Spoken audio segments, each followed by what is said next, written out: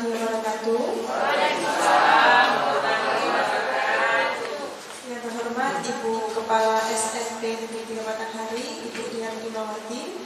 Yang terhormat Ibu Wakil Kepala SMP Negeri 3 Batanghari, Ibu Irwati, serta Bapak Ibu Majelis Guru dan tenaga administrasi sekolah yang pada hari ini bersedia untuk hadir di ruangan kita yang sangat terbaik ini.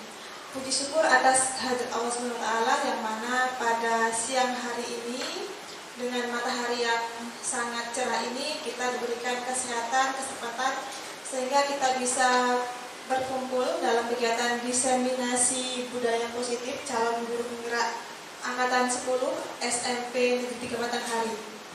Selanjutnya, salawat dan salam tak lupa pula kita hadirkan kepada Nabi besar Muhammad SAW dengan lafaz Allahumma sholli ala sayyidina Muhammad wa ala ali sayyidina Muhammad. Selanjutnya, saya ucapkan terima kasih kepada Bapak Ibu Majelis Guru karena pada siang hari ini mau untuk bersedia hadir di majelis di ruangan kita ini, meskipun dengan kesibukan yang luar biasa kita menginput nilai, kemudian ada sebagian yang sudah mengeprint lapor. Saya ucapkan terima kasih karena mau menyisikan waktunya untuk bersama-sama menghadiri kegiatan yang kami selenggarakan. Untuk kelancaran kegiatan hari ini, terlebih dahulu kita membaca doa kepada Bapak Ican, kami persilahkan.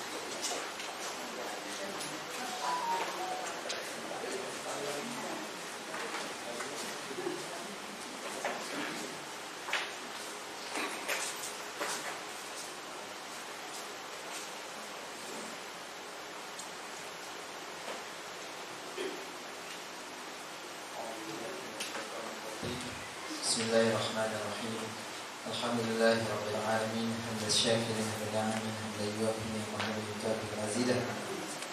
Ya Rabbana lakal hamdu kama yanbaghi li jalali wajhikal karim wa 'azimi sultanik.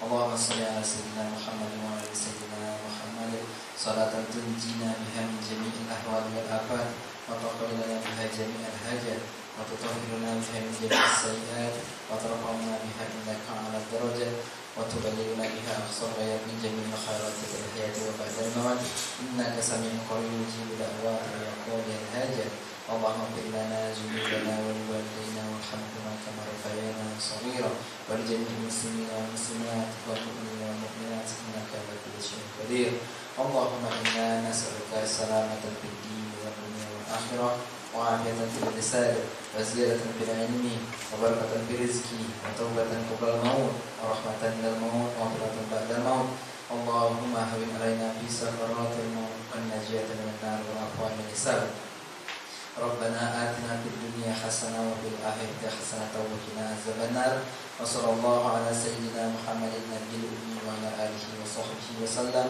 سبحان ربك رب العزة عما يصفون وسلام على المرسلين والحمد لله رب العالمين.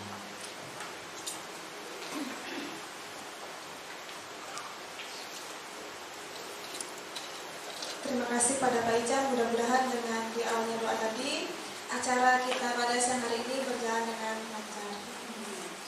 Selanjutnya adalah menyanyikan lagu Indonesia Raya. Pada Ibu Roza,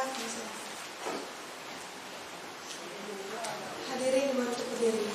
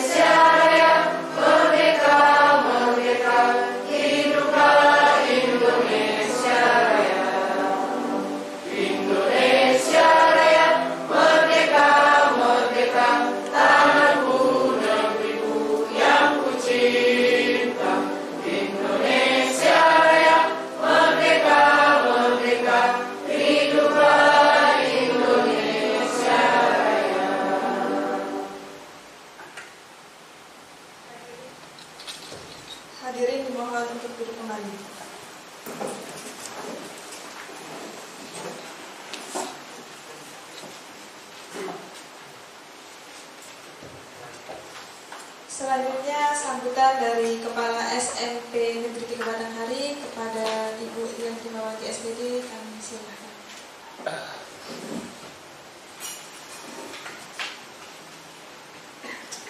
Assalamualaikum warahmatullahi wabarakatuh. Alhamdulillah, rabbil alamin. Marilah selalu kita ucapkan kepada Allah Subhanahu wa taala.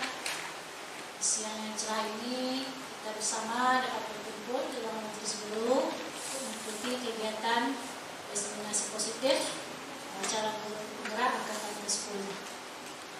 Salawat dan salam marilah selalu kita kirimkan kepada baginda Rasul dengan nafas Allahumma shalli ala sayyidina Muhammad wa ala ali sayyidina Muhammad. Para wakil yang kami hormati, Kepala Staf TU, Bapak Ibu Majelis Guru yang berbahagia yang hadir pada kesempatan ini, terima kasih atas kehadirannya, atas supportnya untuk kegiatan teman kita, atas sejawat kita, calon guru penggerak kita angkatan 10. Alhamdulillah hari ini terlaksananya kegiatan ini diharapkan nanti membawa transformasi bagi sekolah. Para calon guru penggerak mampu menerapkan ide-ide dari pendidikan guru penggerak tersebut kepada rekan sejawat, kepada peserta didik, dan berharap akan berdampak positif bagi semua kita, khususnya keluarga besar SMP Negeri 3 Batanghari. Diseminasi positif ini adalah kegiatan yang harus dilakukan oleh calon guru penggerak. Alhamdulillah tahun ini calon guru penggerak kita ada 3, Ibu Wildawati ya, Wilda Mardiani, Ibu Pawit Resmiati, Pak Filmon. Bapak Ibu lihat support teman-teman kita terhadap kegiatan Bapak Ibu yang masih berlangsung setengah sudah ada ini. Jadi alhamdulillah rekan-rekan kita semua mensupport pendidikan guru penggerak yang dilaksanakan oleh Bapak Ibu. Itu support apa itu namanya, support material ya yang kita berikan pada rekan-rekan kita. Semoga dengan support kita itu mampu menyukseskan kegiatan pendidikan guru penggerak. Alhamdulillah, memang seharusnya begitu.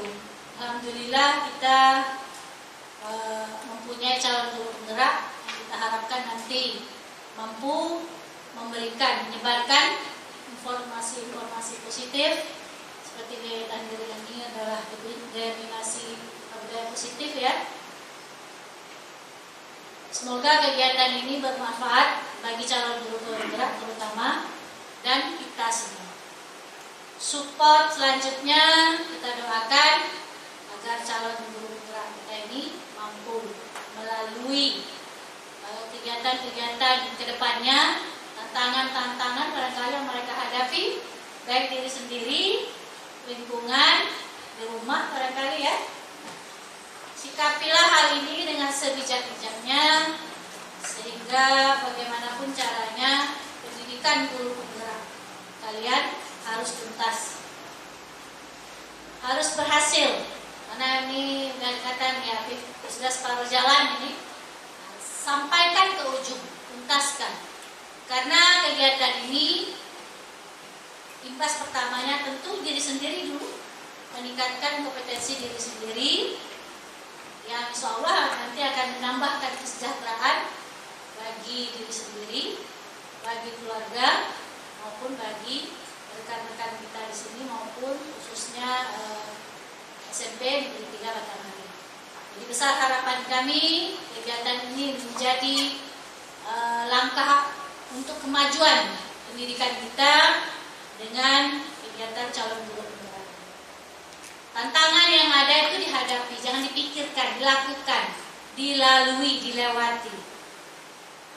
Tentunya dengan support dari kita semua, saya selaku pemimpin di sini, alhamdulillah semampu saya akan menyupport calon guru penggerak kita ini di mana saja, jangan sungkan-sungkan kalau waktu butuh data malam, siang, nggak tentu, pokoknya kadang itu ya.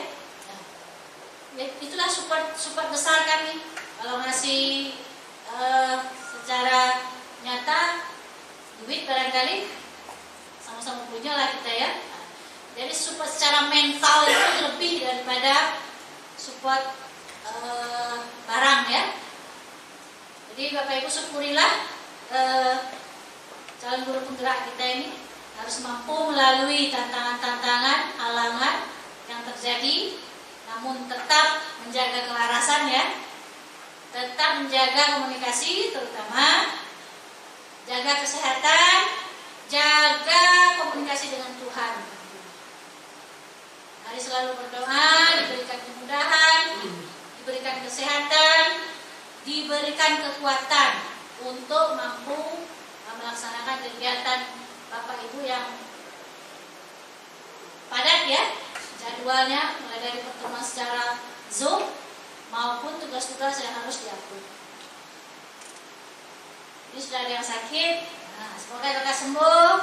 Mohon doa Bapak Ibu, rekan kita, semoga sakitnya ini jadi penghapus dosa barangkali ya. Jadi saling mengingatkan kita, saudara kita Pak Filmon kemarin mendapatkan musibah. Semoga dengan musibah ini menjadi tambah kuat. Kami keluarga besar SMP 3 Batanghari mengucapkan turut berduka Pak. Semoga Bapaknya ditempatkan yang terbaik dan Bapak beserta keluarga yang ditinggalkan mampu menghadapinya dengan segala ketabahan dan keikhlasan atas pekerjaan orang tua. Selanjutnya Bu Hilda harus semangat, jangan patah arah, jangan patah semangat. Kami ada di belakang, di samping, kiri kanan. Bu Pawit sehat selalu. Ini mau dirawat seharusnya Bu Pawit ya hari ini ya. Insya Allah segera perawatannya mendapatkan hasil terbaik. Demi pendidikan guru penggerak ini dilalui saja dengan enjoy. Semoga lancar dan mendapatkan hasil terbaik. Yang dapat saya sampaikan, tetap semangat intinya Bapak Ibu ya. Karena kami semangat mengikutinya. Kami yang nengok-nengok dari jauh tuh menyemangati saja. Pemeran utamanya adalah calon guru penggerak. Semoga kelancaran selalu mengikuti rekan-rekan kita ini dan mudah-mudahan nanti yang angkatan selanjutnya ada lagi calon guru penggerak. Semoga tambah kuatlah sekolah kita supportnya dalam bidang kompetensi guru. Terima kasih atas perhatiannya. Semoga kegiatan ini lancar. Kepada Allah kita berserah diri. Kepada Allah kita memohon. Semoga apa yang kita laksanakan, apa yang kita rencanakan dapat dilaksanakan dengan baik dan diridhoi oleh Allah Subhanahu wa taala. Amin ya rabbal alamin. Terima kasih. Wassalamualaikum warahmatullahi wabarakatuh. Waalaikumsalam.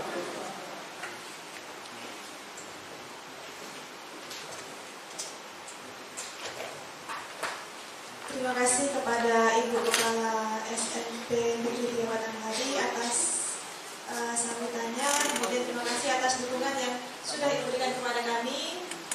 Semoga ilmu yang kami dapat nanti dapat membawa perubahan untuk sekolah kita SMP Negeri 3 Batanghari. Kemudian dapat mengajak teman-teman semuanya untuk selanjutnya mengikuti jejak kami, mengikuti program calon guru penggerak angkatan selanjutnya. Selanjutnya adalah pemaparan dari kami calon guru penggerak angkatan 10 yang diawali dengan pemaparan dari Ibu Pawit Resmiati. Kepada Ibu kami persilakan.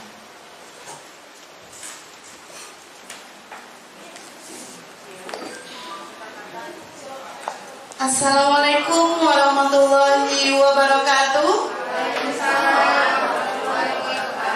Masih semangat Bapak Ibu? Tambah semangatnya ya. Selamat pagi. Belum. Dari 10.000 umat bumi masih hanya 1% saja. Kita ulangi ya. Selamat pagi. Luar biasa. Tepuk tangan untuk kita semua. Baik PR bagi saya. Kenapa begitu? Karena ini adalah jam rawan, jam dimana saatnya kita semua merajut bulu mata gitu ya. Jadi mudah-mudahan karena tadi sudah minum kopi, sudah makan siang, sudah sholat, mudah-mudahan kesegaran itu timbul kembali ya Bapak Ibu ya.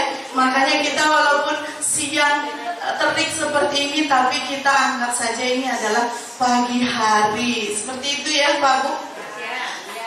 Mohon izin Bapak Ibu, saya berdiri di depan bukan untuk menggurui, bukan untuk mengajari, namun saya mengajak Bapak Ibu untuk bertukar pikiran, bertukar ide, berbagi pengalaman, pendapat ya Bapak Ibu ya. Dan mohon maaf sekali lagi, karena biasanya suara saya itu seksi, serak-serak basah. Sekarang karena kondisi yang kurang sehat, sehingga suaranya jadi serak-serak becek gitu ya. Oke, jadi kalau ada suara yang sumbang nanti mohon sedikit ditutup telinga saja Bapak Ibu.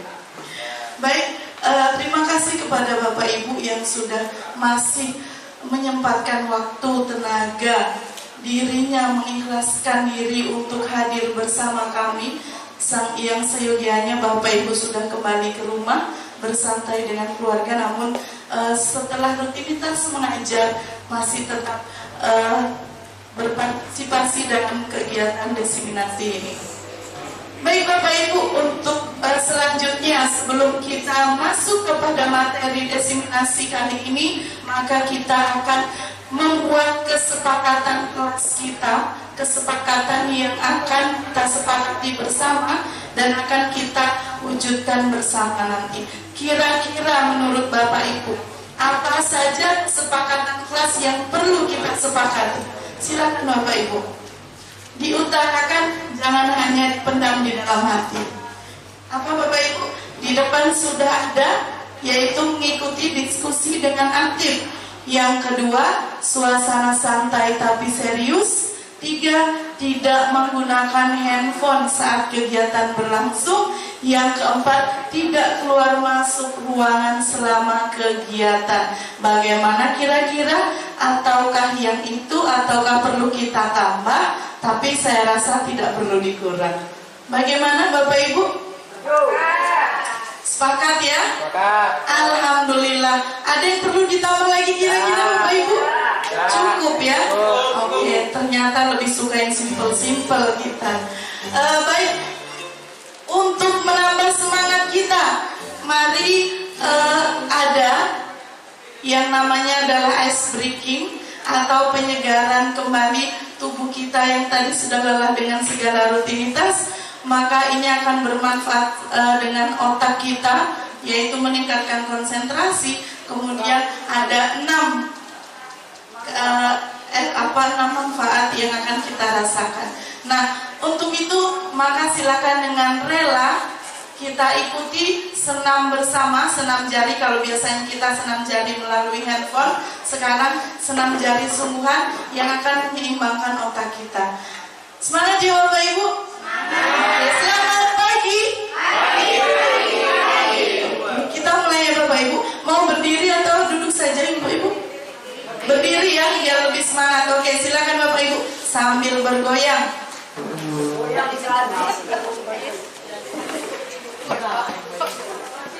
Berdiri ya Pak Roy.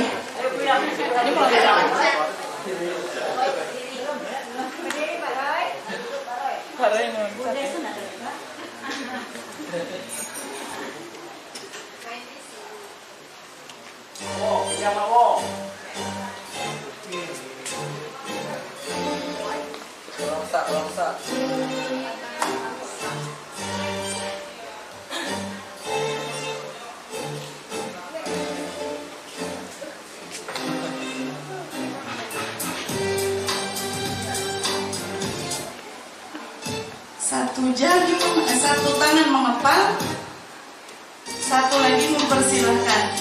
Bergantian Bapak Ibu. Kita tes keseimbangan otak kita Bapak Ibu. Jari kelingking dan jari jempol bergantian, satu sebelah kanan, satunya lagi sebelah kiri. Jangan bingung Bapak Ibu, nanti jempol semua atau telunjuk semua. Satu adalah jari jempol, satu adalah jari kelingking.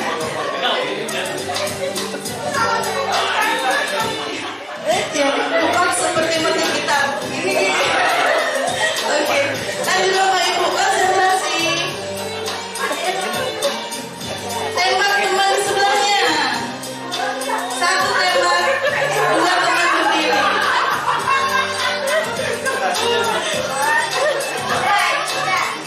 5 dan 1 jari. Ini mudah ya Bu ya. Ada nanti yang lebih rumit Bu. Konsentrasi Bapak Ibu. Nah ini dia, membuat mulut buaya. Nah Pak Ican berhasil dia. Ayo semangat Bu. Semangat Pak.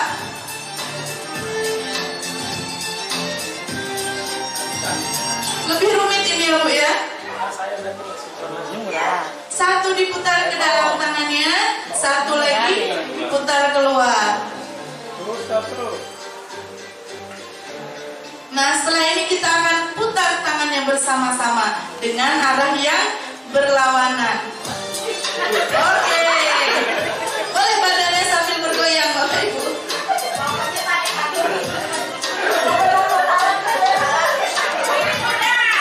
Ini mudah ya Bu ya.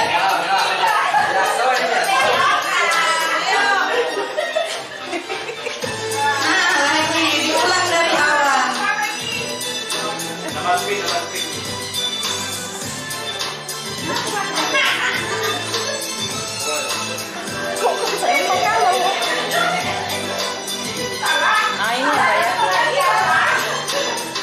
Ya, ternyata kita belum profesional ya.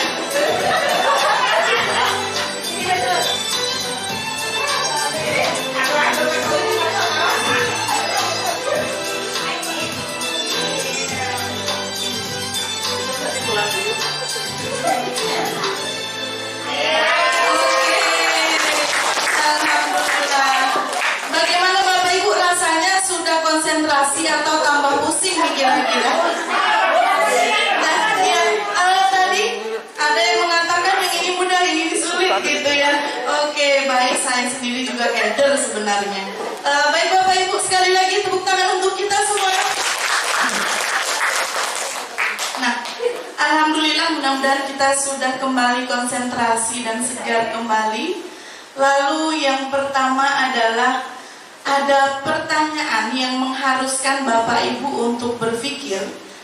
Mau tidak mau saya paksa untuk berpikir. Saya bacakan. Hukuman itu dapat mendisiplinkan anak. Kira-kira menurut Bapak Ibu setuju atau tidak ketika hukuman itu dapat mendisiplinkan anak? Setuju ya Bu. Kita kunci jawabannya ya, bahwa hukuman itu dapat mendisiplinkan anak. Kita kunci jawabannya, setuju ya. Oke, kita lanjut yang kedua. Pemberian hukuman dengan hal positif seperti membaca atau membersihkan halaman sekolah dapat meningkatkan disiplin anak. Setuju atau tidak Bapak Ibu? Setuju. Kita kunci lagi. Oke, kita lanjut yang ketiga. Memberi penghargaan dapat meningkatkan motivasi belajar anak. Setuju atau tidak? Setuju. Ini jawaban yang mudah atau memang jawabannya itu ya Bapak Ibu? Oke, baik, kita kunci jawabannya. Dengan ketiga pertanyaan maka jawabannya adalah setuju. Nah, karena Bapak Ibu sudah setuju, maka Bapak Ibu akan dihadapkan dengan suatu masalah. Silakan Bapak Ibu bagi yang sudah mempunyai pasangan, kalau yang belum silakan cari pasangannya, silakan berdiri berpasangan, berhadap-hadapan dengan pasangannya. Ayo Bapak Ibu. Ya. Boleh duduk, boleh. Yang penting punya pasangan. Jangan sampai ditinggalkan atau meninggalkan pasangan. Pak Alil nggak punya pasangan? Boleh sama saya di depan Pak. Oke. Sudah Bapak Ibu dapat pasangan? Bapak Ibu? Di sini ada sesuatu yang harus Bapak Ibu lakukan. Kira-kira Ibu dengan pasangan, Bapak dengan pasangan, silakan membagi peran. Siapa yang berperan sebagai A dan siapa yang akan berperan sebagai B. A-nya pilih sendiri, atau Ani, atau Amir, atau siapa. B-nya pilih sendiri. Bujang atau Bunga ya. Oke, silakan pilih sendiri Bapak Ibu, tentukan perannya. Setelah itu Bapak Ibu akan sama-sama mengepal tangan. Satu tangan saja, karena nanti kalau kedua tangan disangkanya kita mau berantem. Lalu setelah itu Bapak Ibu sedikit berimajinasi untuk membayangkan bahwa sesuatu yang digenggam itu adalah hal yang sangat berharga. Apa kira-kira yang berharga Bapak Ibu? Masing-masing beda ya. Ya emas, kemudian apa lagi? Handphone. Oke, pokoknya yang berharga dalam hidup, yang paling berharga ya Bapak Ibu. Lalu selanjutnya teman yang B tadi, si Bunga atau si Bujang, akan mencoba dengan sekuat tenaga, dengan sekuat pikiran, akan membuka untuk mengambil sesuatu yang Bapak Ibu genggam. Nah, dari hal tersebut kira-kira nanti kita lihat apa yang akan terjadi. Bisa dilakukan Bapak Ibu? Oke, kita hitung sama-sama ya. 3, 2, 1. Jangan berebut peran ya Bapak Ibu ya.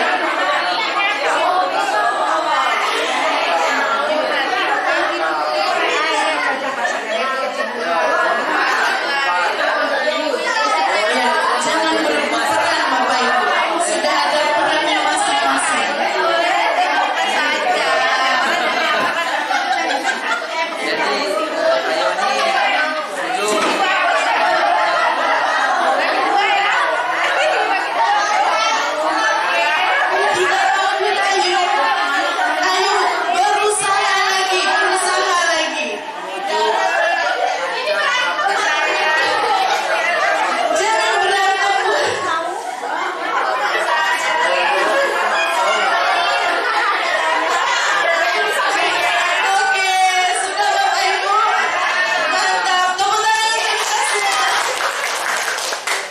Jadi tadi kalau saya lihat dari depan malah saya seperti memicu adu domba gitu ya, karena ada yang berantem. Nah ya, baik, itu adalah bayangan imajinasi kita semua. Nah, Bapak Ibu, alhamdulillah dari peran A dan B tadi, kira-kira nih apa yang Bapak Ibu rasakan, kemudian apa yang Bapak Ibu alami selama proses tadi. Ada yang mau menyampaikan Bapak Ibu? Silakan. Ya Bu Tia, silakan Bu Tia. Mohon maaf, ini nggak bisa sampai ke situ Bu Tia. Oke. Yang saya rasakan adalah kebimbangan hati. Ketika tadi menawarkan 1 M ya Bu. Nah, jadi bimbang apakah mau dilepas atau tetap di genggaman. Pokoknya intinya bimbang. Oke, terima kasih, tepuk tangan untuk kita semua. Nah, kalau tadi Ibu Tia menggenggam sesuatu, lalu ditawarkan 1 M, akhirnya bimbang, mau dilepas atau 1 M gitu ya. Oke, jadi terjadi kebimbangan ya Bu Tia ya. Oke, terima kasih. Bapak Ibu yang lain bagaimana? Ya, silakan Bu Ila. Tadi saya melakukan pendekatan persuasif ke Ya. Bu Eni. Jadi tidak dengan mengeluarkan tenaga, tapi lebih ke merayu. Bu, Ibu ini apa sih isinya Bu? Mau lihat Bu? Gitu, lebih ke situ. Akhirnya berhasil atau ikhlas terpendak. Oke, jadi Bu Harira dengan pendekatan persuasif. Tepuk tangan Bapak Ibu untuk kita semua.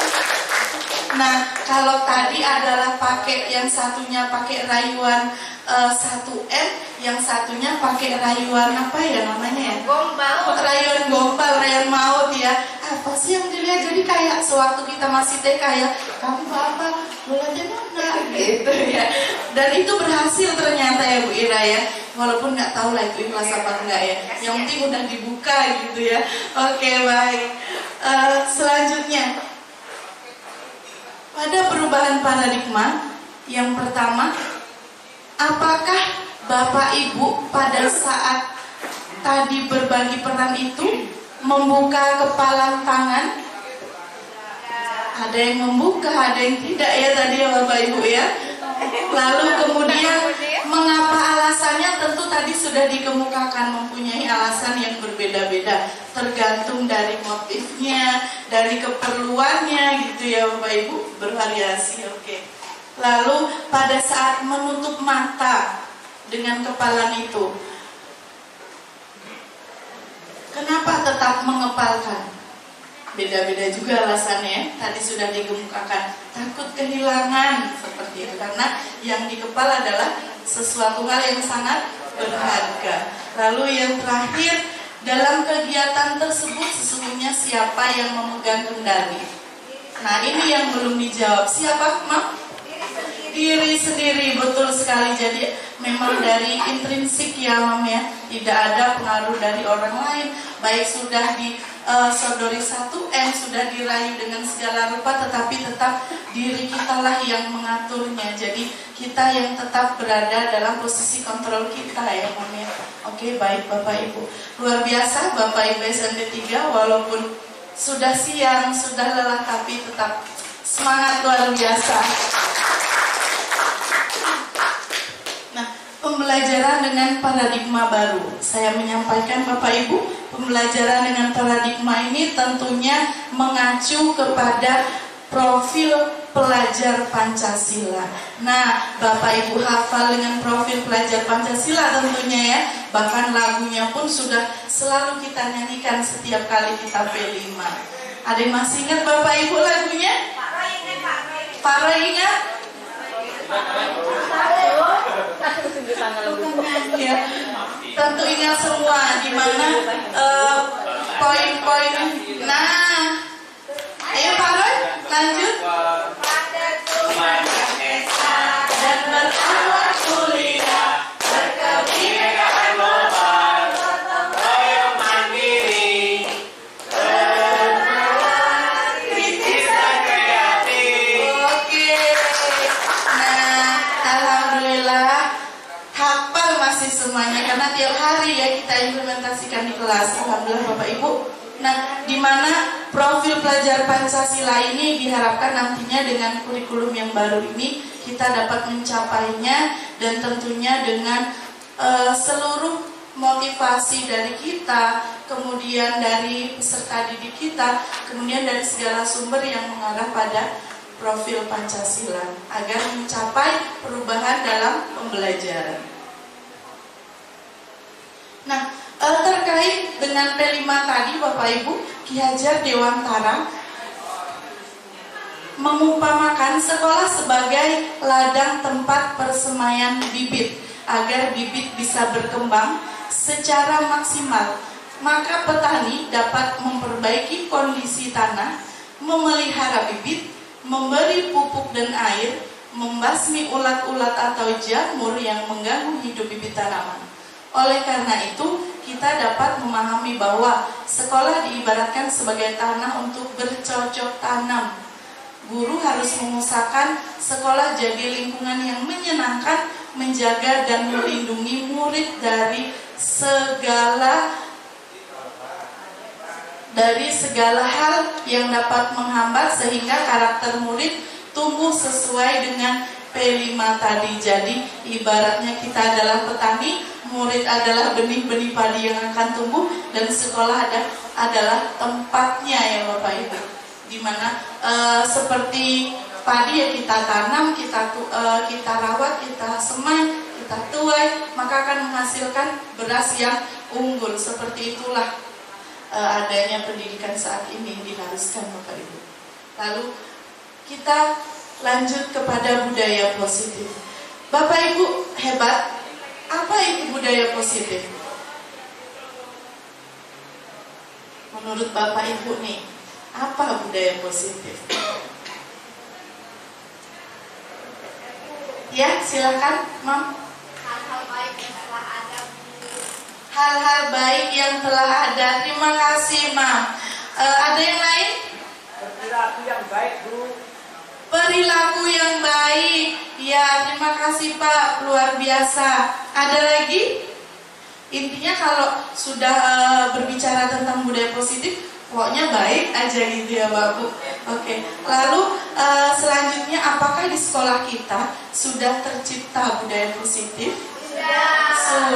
Sudah banyak ya Bapak Ibu ya. Bahkan sudah menjadi pembiasaan, sudah membudaya ya Bapak Ibu ya. Nah, ada contohnya di sini adalah ketika kita datang pagi, kita selalu menyambut peserta didik kita ya dengan melakukan senyum, sapa, salam sopan dan santun. Kita selalu melakukan itu ya Bapak Ibu ya. Lalu yang kedua, ketika ada sampah, peserta didik kita langsung mengambil sampah gitu ya, tanpa harus kita teriakin seperti itu. Artinya sudah banyak sekali budaya positif yang ada di sekolah kita ya Bapak Ibu. Selanjutnya ini ada kegiatan keagamaan, kegiatan yang lain juga, ada kepramukaan, olahraga, yang mana kegiatan-kegiatan tersebut tentunya sudah selalu kita lakukan dan itu sudah mengarah pada budaya positif, dan alhamdulillah sudah membudaya di sekolah kita ya Bapak Ibu. Nah, ini adalah pengertian dari budaya positif yang sebenarnya kita sudah melakukan itu tadi. Kita lanjut saja Bunda. Berikut adalah konsep inti dari budaya positif yang dimulai dari disiplin positif, di mana disiplin positif itu nanti mengarahnya kepada nilai-nilai kebajikan. Selanjutnya ada motivasi perilaku manusia.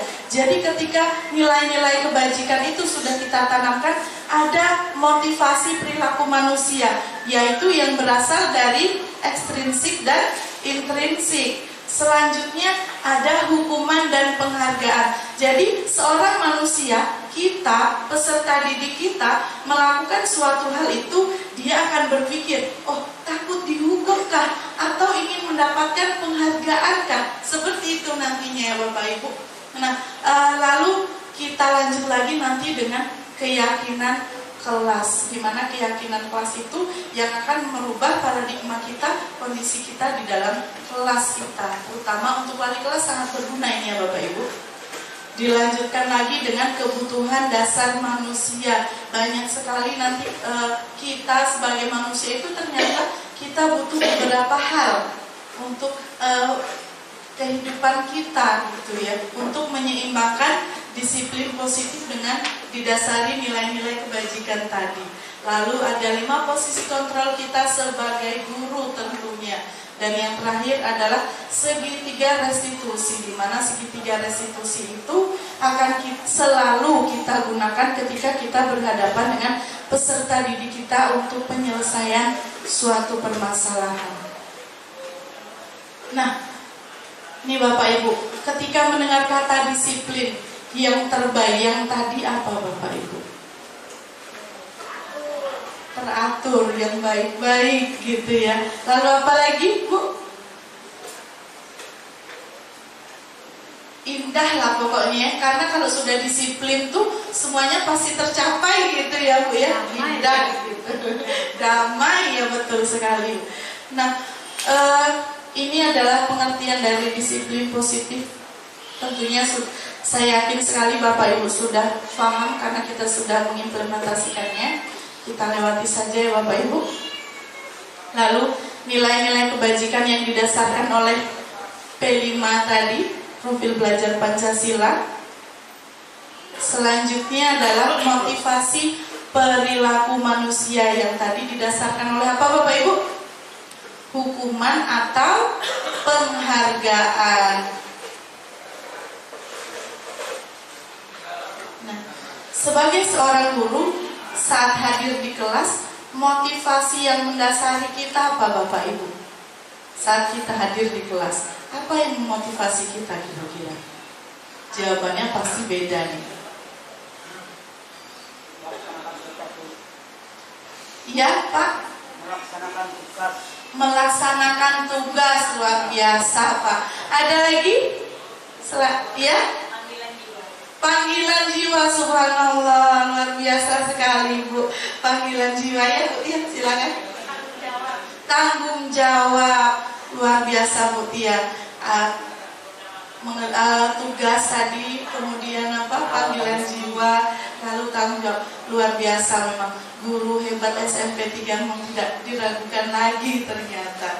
Baik, lalu ada beberapa alasan tentunya, seperti tadi yang sudah dikemukakan oleh Bapak Ibu semuanya. Sangat bagus sekali ya Bapak Ibu ya. Itulah yang perlu kita terus pupuk, kita terus tumbuh kembangkan di dalam diri kita agar tetap semangat dan terjadi perubahan yang lebih baik. Ketika teman kita sudah mulai lelah mungkin atau terlena, ya itulah sesama kita rekan sejawat yang wajib untuk mengingatkan, ditepuk dadanya gitu ya, bahunya, ditepuk bahunya, tapi jangan keras-keras ya Pak Bu. Baik, kalau tadi adalah pemaparan dari saya, sekarang akan dilanjutkan oleh Ibu Wilda. Sekian dari saya, terima kasih. Assalamualaikum warahmatullahi wabarakatuh.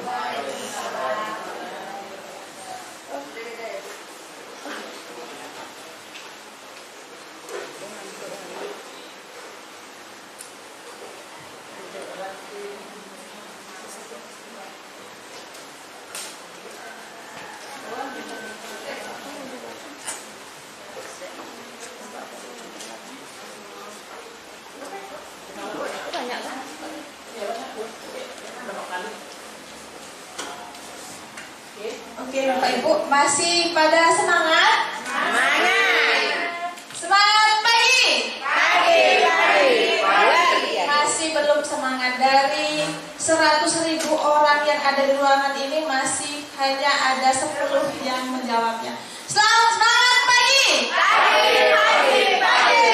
Oke, baik, karena Ibu Pawitnya sudah lelah, jadi untuk pemaparan selanjutnya akan saya sambung. Nah, di sini kita masih lanjutkan yang materi dari Ibu Pawit tadi, yaitu tentang hukuman, penghargaan, konsekuensi, dan restitusi. Oke, Bapak Ibu. Di sini ada pertanyaan. Jika siswa tidak membuat PR, apa yang Bapak Ibu lakukan? Ya, sudah disiapkan, kami siapkan sticky note. Boleh Bapak Ibu tulis jawaban dari Bapak Ibu terkait siswa yang tidak membuat PR. Apa yang akan Bapak Ibu lakukan?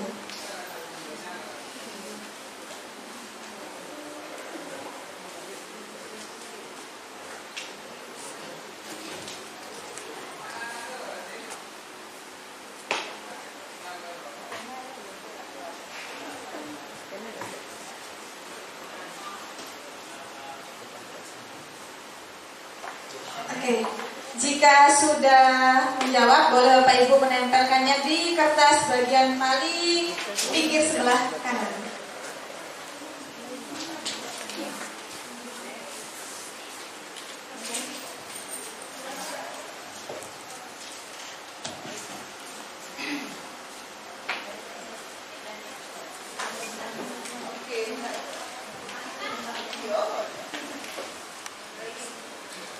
Ayo Bapak Ibu silakan bergerak supaya tidak bergelayutan jin-jin yang ada di bulu mata kita masing-masing. Boleh bergerak. Diusahakan jangan menitik Bapak Ibu ya, karena ini jam-jam rawan, saatnya kita bobok cantik di atas kasur ya Bapak Ibu. Oke? Ayo Bu Ros. Oke, terima kasih Bu Indah karena sudah membantu Ibu Ros untuk menempelkan hasil jawaban dari pertanyaan yang sudah ada. Sudah semua Bapak Ibu? Belum. Oh, Pak Tamsir, ayo Pak Tamsir. Ayo Pak Tamsir, semangat, semangat, semangat. Ayo Pak Tamsir.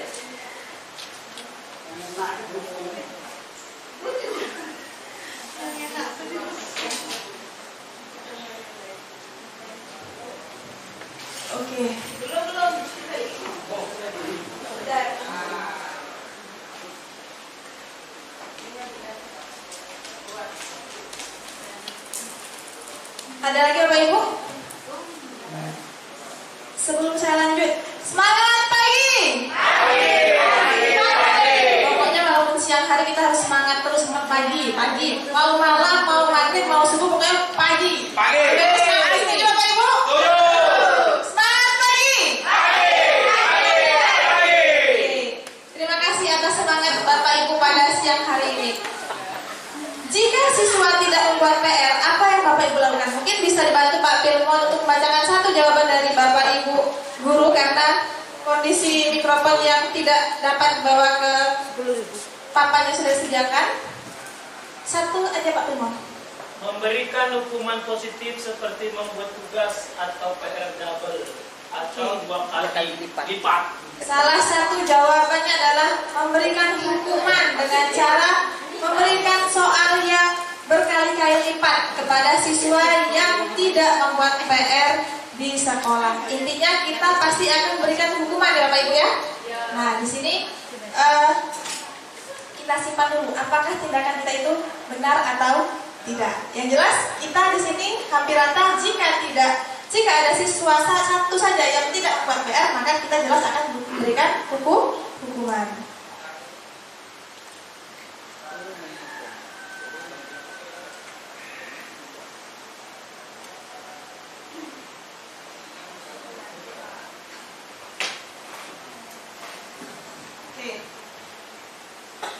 Tadi ada hukuman, konsekuensi, dan restitusi. Apa perbedaan antara hukuman, konsekuensi, dan restitusi? Mungkin ada Bapak Ibu di sini yang tahu apa perbedaan dari hukuman, konsekuensi, dan restitusi. Mungkin kalau restitusi agak asing ya Bapak Ibu ya bahasanya ya. Mungkin perbedaan hukuman dengan konsekuensi dulu. Ada yang bisa membantu menjawab perbedaan antara hukuman dan konsekuensi? Oke, jika tidak langsung saja Bapak Ibu perhatikan layar. Perbedaan hukuman, konsekuensi, dan restitusi. Hukuman itu adalah guru menghukum siswa tersebut hormat bendera selama 10 menit. Kemudian guru marah dan murid takut. Itu adalah hukuman. Tindakan yang kita berikan kepada murid karena suatu kesalahan dan tindakan tersebut berasal dari kita. Itu namanya hukuman. Kemudian konsekuensi. Di situ guru memberikan konsekuensi untuk mengerjakan PR-nya saat istirahat atau dikerjakan sebanyak 3 kali lipat. Kemudian guru tegas dan siswa menghormati peraturan. Nah, ini namanya konsekuensi. Artinya konsekuensi di sini jika siswa tidak membuat PR, maka konsekuensinya dia tetap membuat PR dengan jumlah yang lebih banyak. Kemudian restitusi. Guru menanyakan keyakinan kelas atau dirinya dan membantu siswa menyelesaikan masalahnya. Kemudian guru terbuka dan siswa menghormati dunia dan orang lain. Nah, di sini kalau restitusi, kita guru menanyakan kenapa murid tersebut tidak membuat PR. Kemudian dengan dia tidak membuat PR, apa keyakinan kelas yang sudah ia langgar? Karena kita ketika mengajar di kelas pasti ada yang namanya keyakinan kelas. Dan keyakinan kelas tersebut nantinya akan sama-sama dilakukan, disepakati oleh seluruh murid yang ada dalam kelas kita. Seperti itu.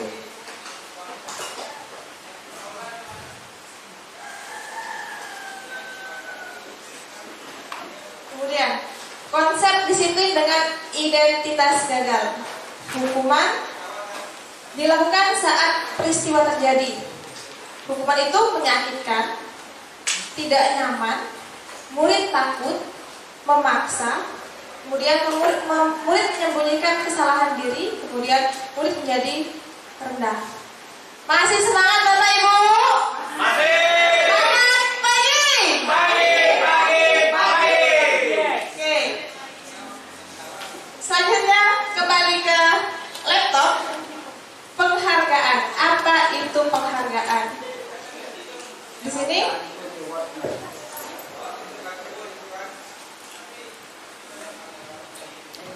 ada namanya hukuman adalah penghargaan. Tadi hukuman menyakitkan, tidak nyaman. hukuman. Sedangkan kalau penghargaan itu merusak hubungan. Kenapa? Merusak hubungan. Mohon maaf, kenapa penghargaan itu bisa merusak hubungan? Di sini ada tidak efektif juga, kemudian mematikan kreativitas, ada menghukum dengan sistem ranking, kemudian merampas hak menghargai dirinya sendiri. Nah, di sini saya ambil contoh satu, mengapa penghargaan itu dapat merusak hubungan. Ada Bapak Ibu yang bisa membantu menjawab, mungkin? Sepertinya Ibu Tia bisa bantu menjawab, Tia? Kenapa penghargaan itu bisa merusak hubungan? Mungkin bisa dibantu Ibu Neti.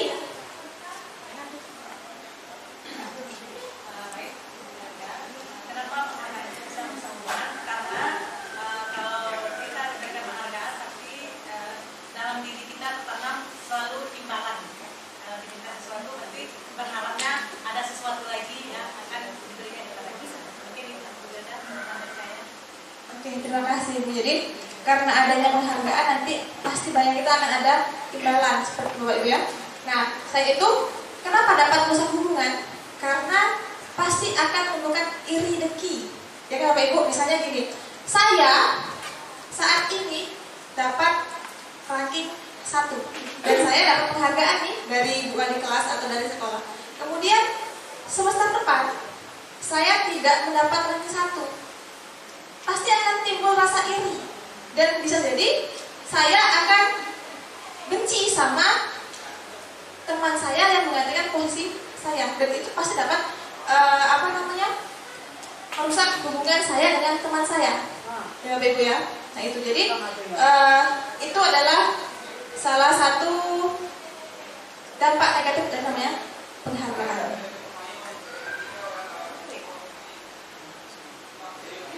Nah, kemudian di sini ada konsekuensi dan restitusi. Kalau konsekuensi itu sudah ditetapkan dalam peraturan, artinya kalau ada peraturan ada konsekuensi yang harus didapat jika kita melanggar peraturan tersebut. Penguatan jangka pendek, kemudian perlu monitoring berkelanjutan, ada stimulus, kemudian murid menghormati peraturan, kehilangan waktu untuk merenungi kesalahan. Kemudian ada restitusi, penyelesaian disiplin dari siswa itu sendiri. Murid bertanggung jawab untuk perilakunya. Kemudian fokus pada pemecahan masalah jangka panjang. Kemudian murid menghormati dirinya dan orang lain. Kemudian teori kontrol, dirinya memegang kontrol. Dan murid bersemangat memperbaiki kesalahan. Nah, jadi ada 4 Bapak Ibu tadi. Ada 4, yang pertama hukuman, kemudian yang kedua penghargaan, ada konsekuensi dan restitusi.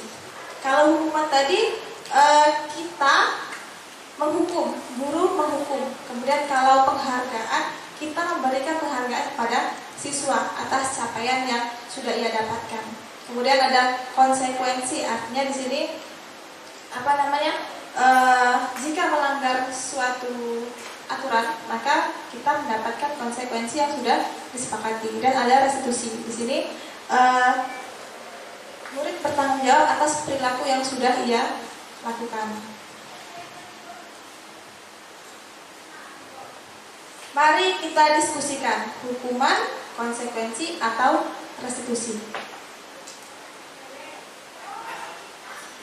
Oke Bapak Ibu, tadi sudah dibagi sticky note. Bapak Ibu masih ada Bapak Ibu? Ngantuk?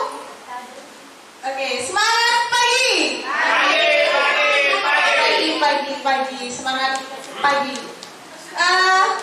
Karena sudah semangat pagi, pasti semangat ya untuk menjawab pertanyaan yang ada di layar monitor. Di sini kami akan menyajikan 6 pertanyaan. Nanti silakan Bapak Ibu tempelkan di kertas yang sebelah kiri. Itu ada sesuai nomor 1, 2, 3, 4, 5, dan 6, dan 7. Ada 7 pertanyaan. Ini terkait dengan tadi hukuman, penghargaan, konsekuensi dan restitusi. Yang pertama, lari mengelilingi lapangan basket sebanyak 20 kali karena terlambat datang ke sekolah.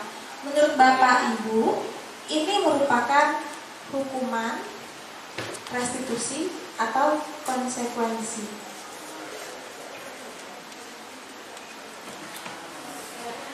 Sudah Bapak Ibu? Jangan lupa dikasih nomor terlebih dahulu di stikernya nanti, jadi pas jalan langsung sekalian tempel, langsung 7 tempel. Nomor 1, lari mengelilingi lapangan basket sebanyak 20 kali karena terlambat datang ke sekolah. Termasuk apakah?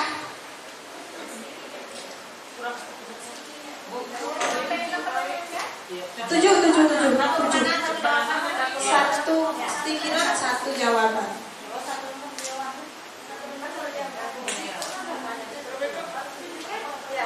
7 lembar. 1 lembar, 1 jawaban. Nomor 1 lembar. Setuju. Hukuman. Oke, sudah nomor 1. Oke, lanjut yang kedua.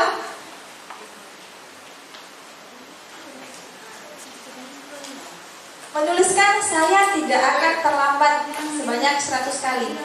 Hukuman, konsekuensi, atau restitusi. Tidak akan mengulangi lagi.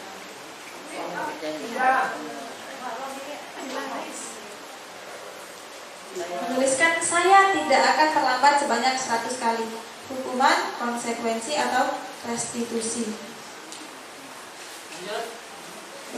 Lanjut. Yang nomor 3, nomor 4, nomor 3 berarti Bapak Ibu. Nomor 3, murid berdiri di depan kelas karena tidak membuat PR. Murid berdiri di depan kelas karena tidak membuat PR. Oke, lanjut. Membersihkan tumpahan air di meja tulis karena tersenggol. Nomor 4. Hukuman, konsekuensi, atau restitusi. Lanjut Pak Bimon. Soal nomor 5. Mengganti kertas kawan yang tercoret. Hukuman, konsekuensi, atau restitusi. Mengganti kertas kawan yang tercoret.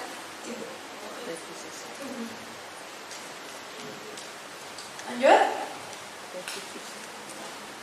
Siswa yang tidak membawa kamu saat jam bahasa Inggris berinisiatif meminjam ke perpus dan segera ke kelas. Itu hukuman, konsekuensi, atau restitusi. Siswa yang tidak membawa kamu saat jam bahasa Inggris berinisiatif meminjam ke perpus dan segera ke kelas.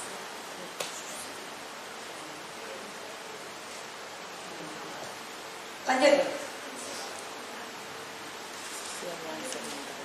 Siswa yang sering terlambat masuk di jam pelajaran menemui gurunya untuk meminta maaf dan berjanji untuk disiplin. Hukuman, konsekuensi, atau restitusi. Siswa yang sering terlambat masuk di jam pelajaran menemui gurunya untuk meminta maaf dan berjanji untuk disiplin. Oke, sudah Bapak Ibu? Boleh ditempelkan di tempat yang sudah disediakan. Mungkin bisa dibantu Ibu Indah untuk mengumpulkan sesuai nomor.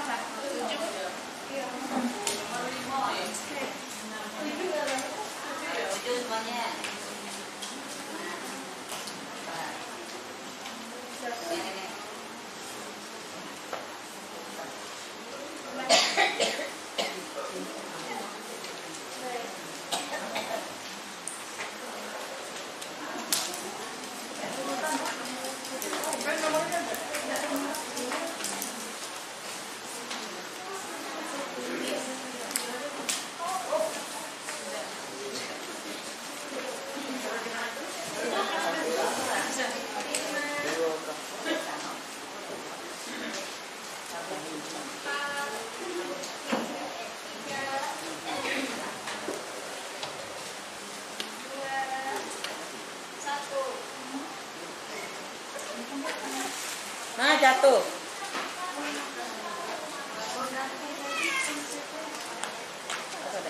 Kabel ketemu jiwa nek.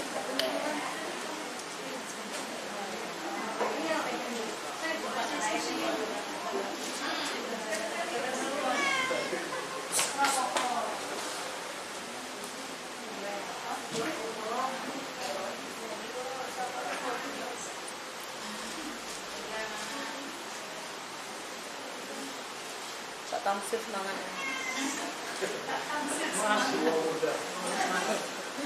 Saya zaman kita kita ador.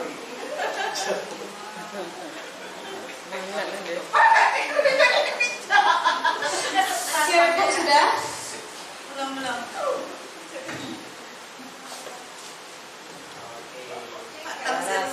Yang sudah boleh kembali, Pak. Yang sudah boleh kembali ke tempatnya masing-masing.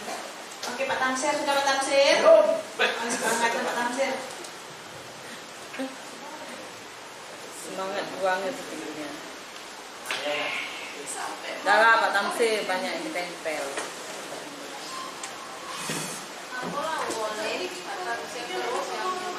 Ini Pak Tamsir itu di.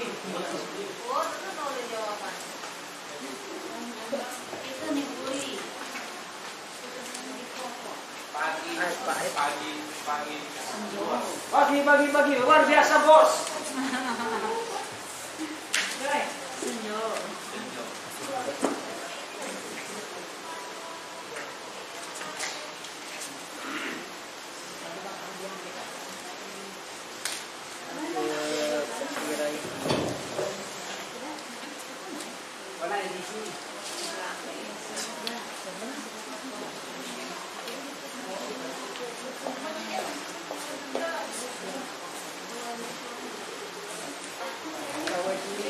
Oke, sudah. Oke, terima kasih Bapak Ibu atas jawabannya. Kita lanjut ke keyakinan kelas. Keyakinan kelas. Sebelum lanjut, mari kita senam badan. Kalau tadi dengan Ibu Mawid sudah senam otak, sekarang saatnya kita senam badan. Oke, Bapak Ibu boleh berdiri. Kita akan ikuti gerakan saya.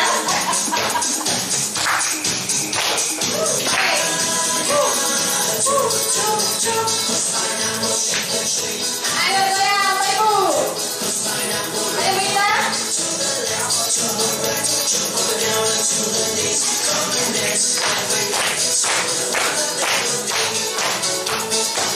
Putar badan, balik lagi.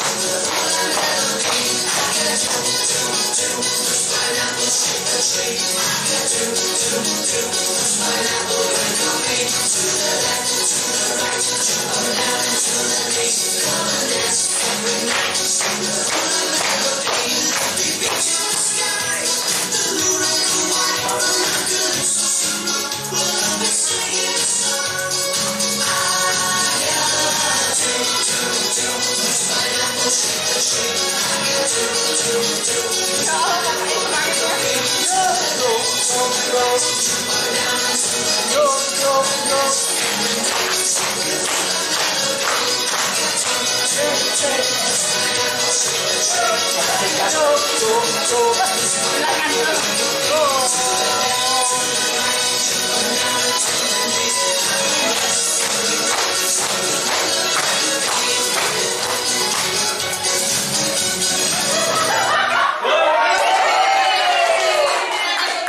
Ibu semua yang sudah semangat untuk melakukan joget beruang ya Bapak Ibu ya. Masih ngantuk Bapak Ibu? Sudah sehat semua? Alhamdulillah. Jadi Bapak Ibu sudah bisa mengikuti pemaparan yang akan saya sampaikan dengan semangat dan bahagia seperti beruang tadi. Bapak Ibu ya? Beruang itu hanya uang. Betul. Nah, selanjutnya di sini ada pertanyaan lagi Bapak Ibu. Mengapa harus keyakinan kelas? Kenapa tidak peraturan kelas saja? Pertanyaan saya, apa perbedaan antara keyakinan kelas dan peraturan kelas? Ada Bapak Ibu yang bisa menyampaikan perbedaan antara keyakinan dan peraturan kelas? Mungkin bisa dibantu Ibu Neti, mungkin bisa? Yang lain dulu, oke Bapak Ibu? Apa itu keyakinan kelas dan apa itu peraturan kelas? Oke, ada yang bisa? Oke, jadi Bapak Ibu, kalau keyakinan kelas itu adalah suatu aturan, sama-sama aturan, hanya saja kalau keyakinan kelas itu yang buat anak murid. Kita tanya, murid itu mau yang seperti apa? Jadi mereka lah yang membuat peraturan, mereka juga yang akan menjalankannya. Beda dengan peraturan. Kalau peraturan itu kita sendiri yang buat dan harus dilaksanakan oleh murid. Itu beda antara keyakinan dengan peraturan. Jadi keyakinan itu murid yang membuat, murid yang menjalankan. Tapi kalau peraturan kita yang buat, murid yang menjalankan, seperti itu. Nah, mengapa adanya keyakinan kelas penting untuk terwujudnya sebuah budaya positif? Nah, di sini tadi keyakinan kelas itu adalah aturan yang dibuat oleh siswa itu sendiri, Ibu ya. Jadi karena adanya keyakinan kelas tadi, karena itu dibuat oleh anak, murid itu akan lebih paham apa yang harus mereka lakukan dan apa akibatnya jika mereka melanggar keyakinan itu sendiri. Contohnya seperti ini. Mungkin Bapak Ibu di sini pada menggunakan motor semua, Bapak Ibu? Oke, nah, Bapak Ibu kalau menggunakan motor pakai helm? Pakai helm. Nah, Bapak Ibu kenapa pakai helm? Apa alasannya? Menjaga keselamatan kepala. Oke, ada lagi?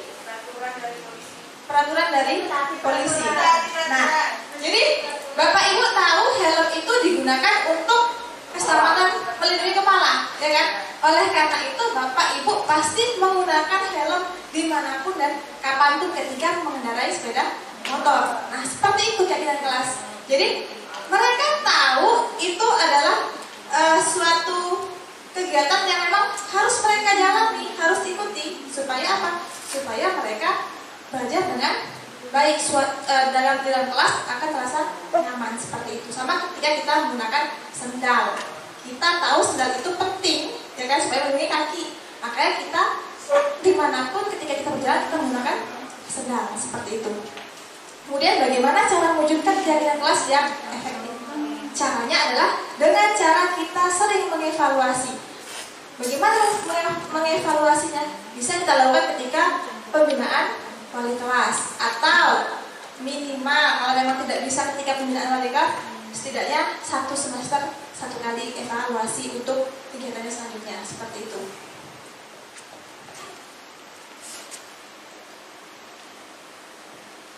Nah, bagaimana pembentukan keyakinan kelas?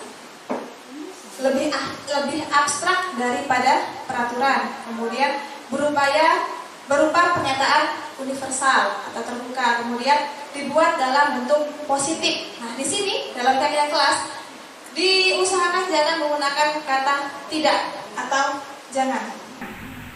Jadi misalnya gini, Dilarang membuang sampah sembarangan. Maka harus kita ganti dengan kalimat positif dengan cara buanglah sampah pada tempatnya. Seperti itu Bapak Ibu. Kemudian misalnya apa lagi ya? Dilarang berlari-larian. Bisa diganti dengan ketika belajar harus tertib. Seperti itu. Jadi tidak ada kata tidak, jangan, atau dilarang. Kemudian sedikit saja biar mudah diingat. Jadi tidak perlu banyak-banyak Bapak Ibu. Sedikit saja. Yang penting anak ingat dan menjalankan keyakinan yang sudah disepakati. Kemudian dapat diterapkan di kelas. Kemudian bersedia meninjau kembali keyakinan kelas dari waktu ke waktu.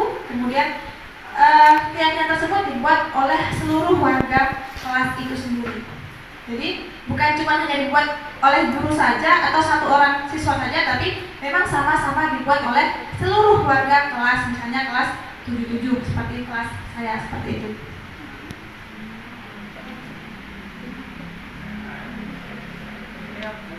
Nih, suatu keyakinan kelas akan lebih memotivasi seseorang dari dalam ataupun motivasi intrinsik. Seseorang akan tergerak dan bersemangat untuk menjalani keyakinannya daripada hanya sekedar mengikuti serangkaian peraturan seperti yang sudah saya paparkan tadi.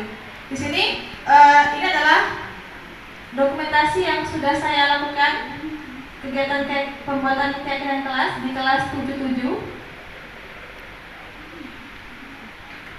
Nah, di sini ada peraturan, ada keyakinan kelas. Selalu kembalikan buku ke tempatnya. Ini. Kemudian ada dilarang mengganggu orang lain. Hadir di sekolah 15 menit sebelum pembelajaran dimulai. Dilarang melakukan kekerasan, dilarang menggunakan narkoba, bergantian atau menunggu giliran, gunakan masker, jangan berhenti di kelas atau berdoa. Jawabannya di sini adalah tanggung jawab, keamanan, disiplin, keamanan dan menghargai orang lain, kesehatan, menghargai orang lain, kesehatan dan taat aturan, kemudian keselamatan. Yang selanjutnya adalah kebutuhan dasar manusia. Nah, Bapak Ibu, saya ingin bertanya kepada Bapak Ibu. Kita sebagai manusia punya kebutuhan nggak? Punya. Kira-kira Bapak Ibu butuh apa? Uang. Bapak Ibu butuh uang. Salah satu contohnya. Nah, di sini manusia itu punya kebutuhan dasarnya masing-masing. Apa saja itu? Apakah uang termasuk kebutuhan dasar manusia? Kita buka selanjutnya. Nah, di sini ada kebutuhan 5 kebutuhan dasar manusia. Yang pertama adalah penguasaan, kemudian ada kasih sayang dan rasa diterima, kemudian bertahan hidup, kesenangan, dan kebebasan. Kalau tadi saya sebutkan uang itu kebutuhan dasar, termasuk bagian mana Bapak Ibu? Ada 5 itu. Penguasaan, kasih sayang, bertahan hidup, kesenangan, dan kebebasan. Kemana kira-kira? Hah? Kesenangan.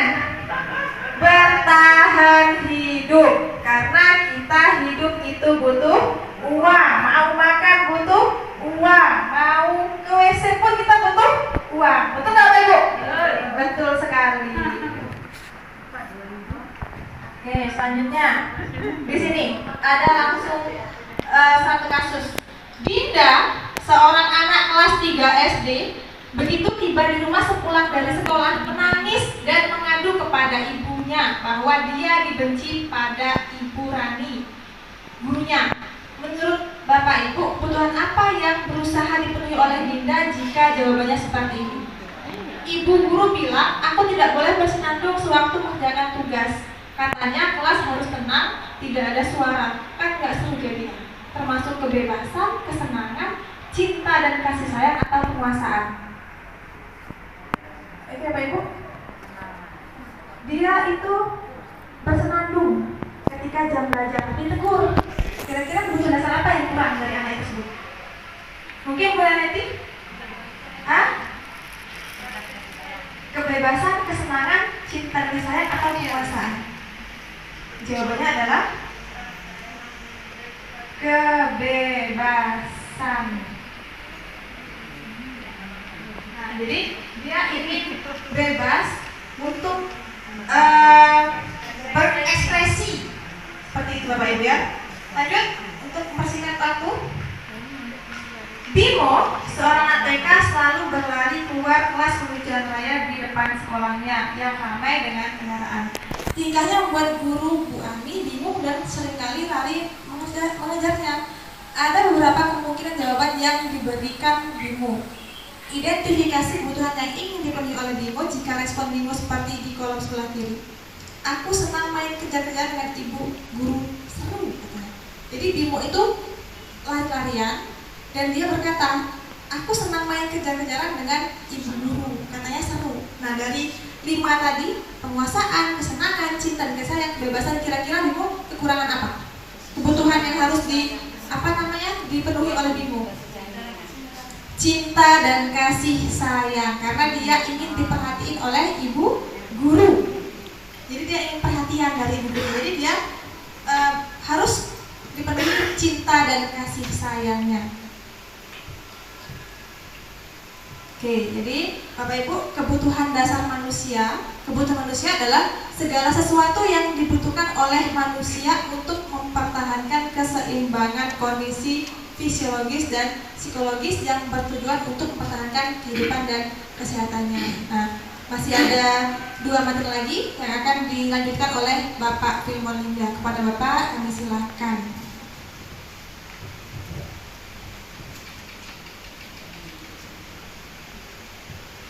Oke, baik, terima kasih Bu Wilda. Tepuk tangan dong sekali lagi untuk Bu Wilda. Iya, luar biasa. Bu Wilda sudah menyampaikan materi tentang hukuman, konsekuensi dan restitusi, dan yang terakhir adalah tentang keyakinan kelas, ya, dan kebutuhan dasar manusia. Baik, untuk tahap terakhir ini, Bapak Ibu, sampai situ saja dulu Bu Wilda. Jangan di next dulu ya. Nah, untuk sesi yang terakhir ini, udah sesi yang terakhir Bapak Ibu. Jadi boleh agak relax sedikit begitu ya. Udah sesi yang terakhir dan saya usahakan nanti tidak terlalu lama ya. Jadi sekali lagi izinkan kami mengucapkan terima kasih kepada Bapak Ibu sekalian yang masih stay dengan setia untuk mengikuti diseminasi budaya positif. Bapak Ibu, sebenarnya ini materi luar biasa bagusnya. Cuma mungkin kami kurang pintar mengemasnya atau seperti apa. Tetapi sebenarnya ketika saya belajar ini, saya merasa saya belum jadi guru begitu. Yang saya lakukan selama ini ternyata saya belum pada posisi sebagai guru begitu. Ya. Jadi sangat bagus sebenarnya materi ini, apalagi kalau kita kemas dengan luar biasa. Tetapi ini juga sungguh sudah luar biasa Bapak Ibu. Kami ingin berbagi saja, seperti yang disampaikan oleh Bu Pawit tadi, tidak ada maksud dan tujuan untuk menggurui, tetapi sharing, berbagi saja. Begitu Bapak Ibu ya. Nah, sekarang kalau yang disampaikan Bu Pawit tadi mengenai budaya positif, nilai-nilai kebajikan yang universal, ya, sampai kepada Bu Wilda tadi ada hukuman. Itu ternyata tindakan yang gagal begitu, yang sering juga sudah kita lakukan, yaitu apa? Hukuman dan penghargaan, dan masih berlaku sampai sekarang di hampir semua sekolah begitu. Yang ternyata itu tidak tepat karena menghasilkan kegagalan dengan alasan-alasan seperti tadi. Nah, sekarang Bapak Ibu, topiknya adalah ketika kita menjadi seorang guru, kita berada pada posisi kontrol. Kalau Bu Pawit tadi, siapa sih yang bisa mengontrol seseorang itu sebenarnya? Yang bisa mengontrol seseorang itu adalah diri sendiri. Betul Bapak Ibu ya? Masih ingat tadi ya? Jadi dipaksa pun dengan 1 miliar, dipaksa pun dengan rayuan yang persuasif. Tetapi kalau kita mengatakan tidak untuk tidak saya buka, maka kita mengontrol sendiri diri kita untuk tidak kita buka. Nah, seperti itu ternyata Bapak Ibu. Oke, masih semangat Bapak Ibu ya? Masih. Semangat pagi. Oke, kalau tadi cuma seperti itu, kita tambahkan luar biasa terakhirnya ya, Pak Roy ya. Luar biasa Pak Roy semangat. Iya, semangat pagi. Luar biasa. Mantap. Tepuk tangan dong. Baik. kita 5 posisi kontrol ini, Bapak Ibu saya minta atau mohon bantuannya. Ada kasusnya seperti ini. Misalkan ada anak kita yang namanya Rehan. Rehan itu besok itu datangnya terlambat sekitar 10 menit dari jam masuk seperti biasa kita begitu. Bapak Ibu mohon bantuannya, kira-kira Bapak Ibu apa yang Bapak Ibu lakukan terhadap Rehan yang terlambat di 10 menit? Mohon bantuannya Bapak Ibu. 3 menit. Mohon bantuannya Bu Pawit. Nah ini terakhir untuk tulis-tulis Bapak Ibu. Ya, tolong dibantu, diisi singkat, padat, jelas, cepat. Rehan datang ke sekolah terlambat seperti itu. Kira-kira Ibu sebagai seorang guru, posisi kan kita mungkin guru piket lah seperti itu ya. Kira-kira apa yang tindakan yang Bapak Ibu lakukan terhadap anak kita Rehan yang terlambat? Begitu. Oke. Alami saja Bapak Ibu, natural saja. Ya kira-kira saya akan melakukan begini, begitu ya.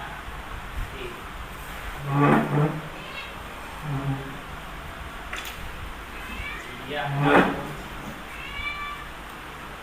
Kalau yang sudah boleh langsung saja ditempel di bawah papan yang paling pinggir ini saja Bapak Ibu ya.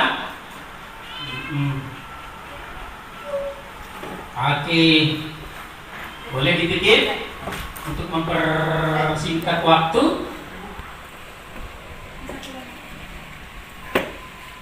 Oke. Terima kasih Bapak Ibu atas kerjasamanya. Baik. Sambil Bu Tia menempelkannya, kita langsung saja ke materinya Bapak Ibu ya. Nanti itu akan kita lihat kembali apa yang sudah kita buat, begitu. Nah, 5 posisi kontrol oleh seorang guru itu ada 5. Ya, yang pertama, itu adalah seorang penghukum. Ya, nanti kita rinci. Penghukum ini seperti apa pula, begitu ya? Apakah saya seorang penghukum selama ini atau bukan, begitu ya? Yang kedua, pembuat rasa bersalah. Ya. Yang ketiga, posisi kontrol sebagai teman. Yang keempat, pemantau. Dan yang kelima, sebagai manajer. Seperti itu. Nah, seperti apa nih ciri-cirinya kalau seorang guru itu berada pada posisi kontrol penghukum? Next Bu Wilda, mungkin bisa di next ya. Oke. Nah, contoh seorang guru penghukum itu, ini posisi kontrolnya Bapak Ibu ya, bukan apa identitasnya seperti itu, tapi posisi kontrolnya, karena dari awal tadi yang bisa mengontrol seseorang itu adalah dirinya sendiri. Begitu. Nah, penghukum itu langsung, saya sering melakukan ini. Contohnya, kamu kok ribut sekali, asal keluar. Nah, saya penghukum itu. Sangat tegas, marah. Nah, begitu. Nah, itu tipenya saya seorang penghukum. Begitu. Kemudian yang kedua, posisi kontrol pembuat rasa bersalah ini, bahasanya lembut. Ini juga sering saya lakukan. Kamu gimana nih? Yang kemarin sudah terlambat loh. Kasihanlah bapak, nanti dimarah lagi. Kan bapak ini tiket. Coba kau perhatikan, orang tuamu sudah capek-capek bekerja. Apa kamu gak kasihan sama orang tuamu? Itu saya sedang berposisi sebagai pembuat rasa bersalah. Saya membuat anak itu menjadi rasa bersalah. Posisi saya adalah pembuat rasa bersalah. Cirinya manipulatif, bahasanya lembut tapi tajam. Ya. Saya sering juga menjadi ini sampai sekarang begitu. Kemudian ada yang berposisi sebagai teman, posisi kontrolnya itu sebagai teman. Mungkin kalau ketemu, saya juga sering juga, wait bro, ya nggak bisa begitu lah, jangan dilakukan ya. Ya, biar kita tetap bisa ini. Jadi anak itu merasa akrab, ada nilai positifnya. Anak itu merasa akrab, tapi nanti ujungnya jadi ketergantungan. Apa-apa dia harus cari gurunya itu. Saya tidak bisa menyelesaikannya begitu. Nah, ini posisi kontrol sebagai teman. Yang ketiga, Bapak. Kemudian yang keempat, itu adalah pemantau. Pemantau itu contohnya misalkan tadi kalau si Rehan terlambat 10 menit. Oke Rehan, kamu terlambat sudah berapa menit nak?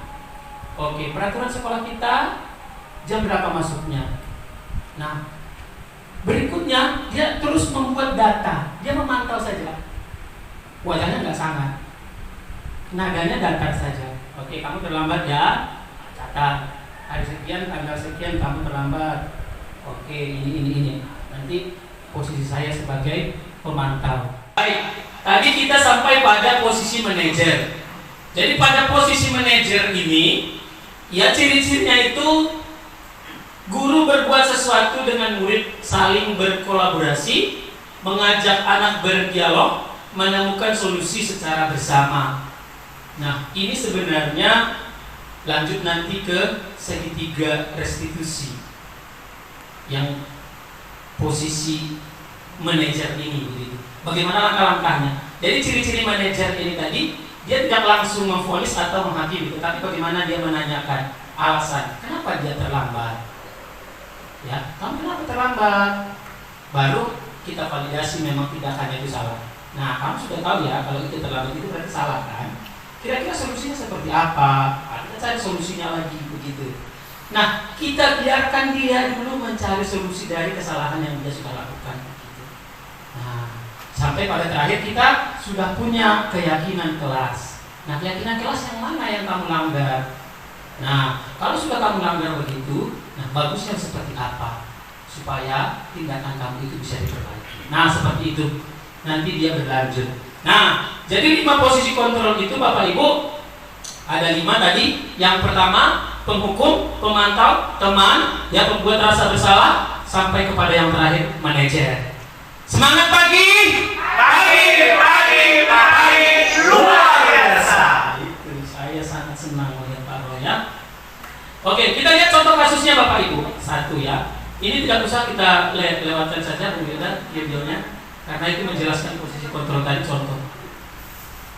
Ya, ada di sini contoh peranan 5 posisi kontrol tadi. Sebelumnya belum tadi. Contoh ya, yang ini. Yang pertama penghukum itu contoh penerapannya 5 posisi ini. Yang pertama contohnya seperti ini. Patuhi aturan sekolah lalu berdiri di depan barisan. Ya. Nah ini sebentar ini kita supaya semakin memahami begitu posisi penghukum itu seperti apa sih begitu ya. Saya mau kita berbagi bersama. Kemudian yang kedua, contoh-contohnya pemantau ini kamu sudah melanggar, ada peraturan dan ada konsekuensinya. Nah seperti itu. Sampai kepada sebagai teman, ayolah tertib, buat bu guru bangga. Kali ini tidak apa-apa kamu salah. Seperti itu ya. Ada tipe-tipenya. Kemudian pembuat rasa bersalah tadi, berapa kali bu guru harus memberitahu kamu? Bu guru kecewa sama kamu. Ya, itu pembuat rasa bersalah. Yang terakhir sebagai manajer tadi, apakah kamu tahu kesalahanmu? Ada tadi. Dia menanyakan, memvalidasi dulu ya. Sebelum memvalidasi dia menstabilkan identitas dulu, nanti kita akan lihat di segitiga restitusi. Kira-kira bagaimana kamu akan memperbaiki kesalahan ini? Nah, jadi langsung ditawarkan supaya dia mencari solusi untuk memperbaiki kesalahan. Jadi yang pertama kita stabilkan identitasnya dulu. Artinya begini, kita tidak langsung membuat dia merasa begitu. Tapi bagaimana kita stabilkan identitasnya? Ya wajar, setiap orang bisa melakukan kesalahan, termasuk kamu saat ini. Nah begitu. Artinya kita stabilkan identitasnya, dia tidak merasa terhakimi, seperti itulah intinya. Baru lanjut ke memvalidasi tindakan yang salah. Artinya kita tetap menyatakan bahwasanya apa yang dia lakukan itu salah, begitu ya. Nah yang terakhir Bapak Ibu, waktu saya tadi sudah 10 menit, paling 5 menit lagi ini Bapak Ibu. Jadi mohon bersabar ya. Baik, segitiga restitusi. Nah restitusi tadi sudah disinggung oleh Bu Wilda. Ini hukuman, konsekuensi atau restitusi? Dari 7 pertanyaan tadi yang sudah disampaikan oleh Bu Wilda dan Bapak Ibu sudah jawab nih. Oh, kalau misalkan memberikan, kamu keliling lapangan misalkan tadi 5 kali. Kira-kira Bapak Ibu itu hukuman, konsekuensi atau restitusi? Hukuman. Nah, seperti itu contohnya. Nah, selanjutnya pada tahap terakhir ini kita sebagai posisi yang manajer. Jadi kalau guru itu diharapkan posisi kontrolnya Bapak Ibu minimal pemantau. Ya, minimal itu jadi sebagai pemantau. Ya. Jadi kita harus bergeser sedikit demi sedikit begitu. Walaupun sama saya sering di rumah saya saja, anak saya acap, saya sikut langsung kalau sudah berbuat salah. Jujur saja ini berat banget. Iya, ya langsung. Udah banyak cerita lagi. Kesempatan lah tangan lah ya kan, ya ampun, habis itu langsung nyesal. Ya ampun, kenapa saya lakukan itu tadi? Tanpa belajar ini lagi Bapak Ibu kemarin, lah kacau saya ditanyakan begitu. Merasa hebat ternyata ada apa-apa. Ya, saya bagi jalan yang tersesat betul waktu. Nah ini yang terakhir Bapak Ibu, segitiga restitusi. Nah mungkin Bapak Ibu yang lain sudah melakukannya. Saya barusan juga tadi. Jadi ada skenarionya, ada kasusnya, ya. Yang pertama, langkah restitusi segitiga restitusi ini tadi adalah menstabilkan identitas. Jadi ketika ada pelanggaran, maka kita memanggil anak itu. Yang pertama kita lakukan adalah menstabilkan identitasnya, begitu. Jangan langsung masuk ke langsung bodoh-bodoh. Ternyata ya, bukan saya mau menyatakan bahwa saya sudah melakukan itu, Bapak Ibu ya, mohon maaf. Saya jauh daripada itu begitu. Langkah pertama ternyata seharusnya guru BK memang luar biasa harusnya berbagi ke kita selama ini. Ternyata mereka diam-diam saja akan hal ini yang begitu bagus menurut saya. Nah, yang pertama kita stabilkan identitasnya. Ciri-ciri pertanyaan untuk menstabilkan identitas seperti apa? Seperti yang saya sampaikan tadi. Kita tanya, kenapa dia melakukan itu? Kenapa dia bisa terlambat? Kenapa dia bisa melakukan kesalahan itu? Nah, setelah itu baru masuk kita kepada yang kedua. Langkah yang keduanya itu adalah validasi tindakan yang salah. Ya. Jadi kita validasi tindakannya itu benar-benar kita validasi itu salah loh, begitu. Tetapi tidak seperti yang biasa kita lakukan begitu. Setelah kita validasi tindakan yang salah itu, baru kita menanyakan keyakinan tadi. Ya. Kalau Bu Pauli tadi sudah menyampaikan motivasi seseorang itu melakukan sesuatu itu apa? Contohnya tadi, takut ditegur oleh kepala sekolah, maka saya datang selalu tepat waktu. Nah, itu motivasi saya supaya tidak tegur.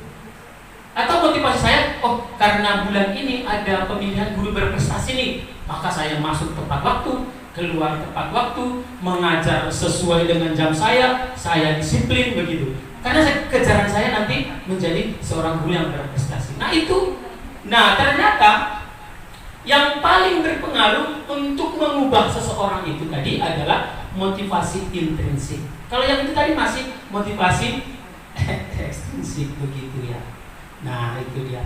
Setelah kita melakukan validasi tindakan yang salah, maka kita menanyakan keyakinan, ya keyakinannya. Sudah, oke, kamu sudah tahu kamu salah. Misalkan ini masih contoh, belum tentu benar banget begitu. Nah, kira-kira apa solusi yang bisa kamu lakukan dengan kesalahan yang sudah kamu lakukan ini? Contohnya tadi terlambat.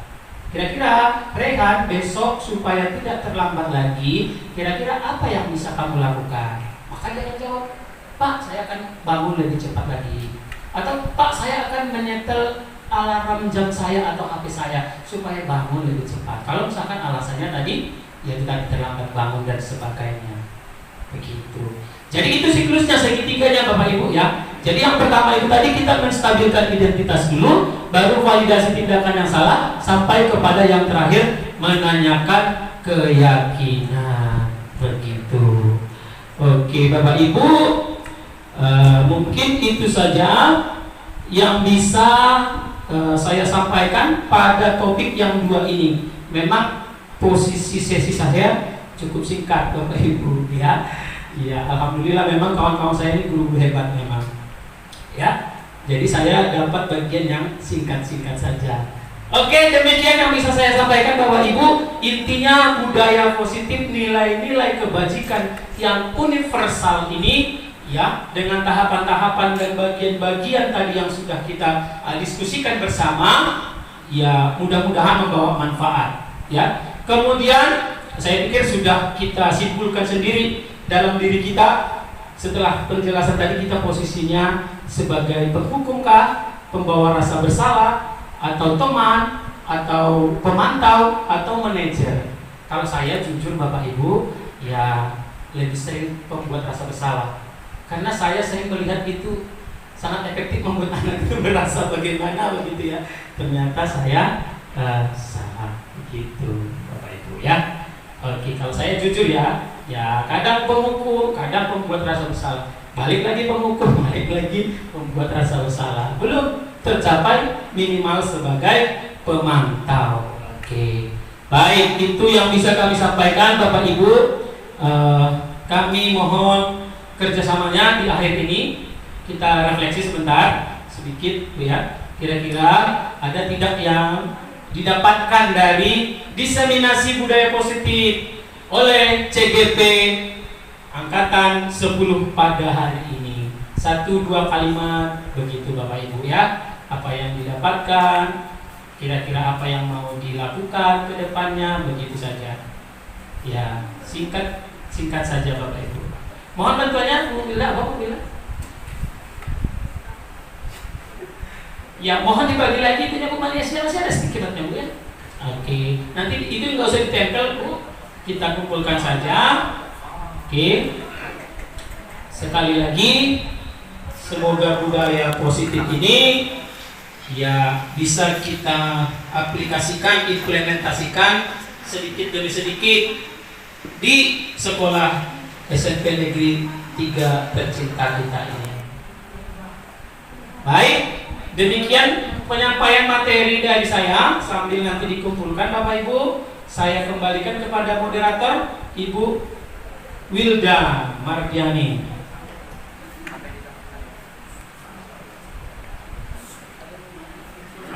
Terima kasih kepada Pak Pirmon atas paparan yang sangat seru ya.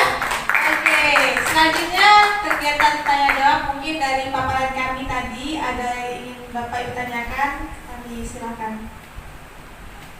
Atau mau ada yang disampaikan, pesan, kesan, masukan, atau cukup? Cukup sepertinya. Oke, sambil Bapak Ibu menulis refleksi, saya ucapkan terima kasih banyak kepada Bapak Ibu yang pada sore hari ini bersedia untuk mengikuti kegiatan diseminasi budaya positif. Sudah penuh dengan semangat, kemudian rela melawan rasa kantuk yang sangat luar biasa. Saya ucapkan terima kasih. Mudah-mudahan apa yang kami sampaikan pada hari ini bisa bermanfaat untuk Bapak Ibu semua, dan mudah-mudahan kita bisa membawa perubahan yang lebih baik untuk sekolah kita tercinta ini, yaitu SMP Negeri 3 Batanghari. Sebelum saya tutup, kita sama-sama ucap hamdalah. Alhamdulillahirabbil alamin. Akhir kata, wassalamualaikum warahmatullahi wabarakatuh.